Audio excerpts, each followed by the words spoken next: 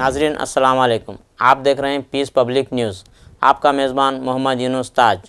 नाजरीन आज की ताज़ा खबर ये है, क्या है सर जिसके लिए आज यहाँ मीटिंग बिठाई गई? सो आज एक हम प्रजा पालना ये राष्ट्र में चला रहे। सो हमारा प्रेसिडेंट साहब भी, हमारा चीफ मिनिस्टर भी ये प्रजा पालना में whatever the complaints from the public, we are receiving the complaints and we are solving the problems.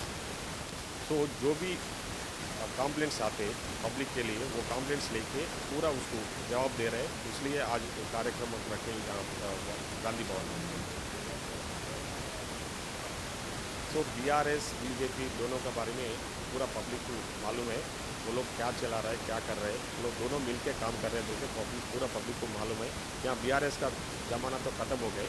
BRS का जो वो लोग रूल में थे ना, जब 2014 से 2023 तक वो लोग जो कामा करे, पूरा गलत कामा करे, पूरा करप्शन करे, तो पूरा बाहर आ रहे हैं।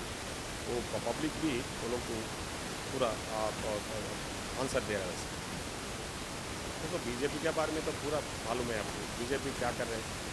तो बीजेपी के बारे में आपको मालूम है। आप बीजेपी कुछ भी नहीं है। हम लोकल बॉडी में पूरा कांग्रेस जीत रहे, सब सीटें कांग्रेस ही जीत रहे हैं। Thank you.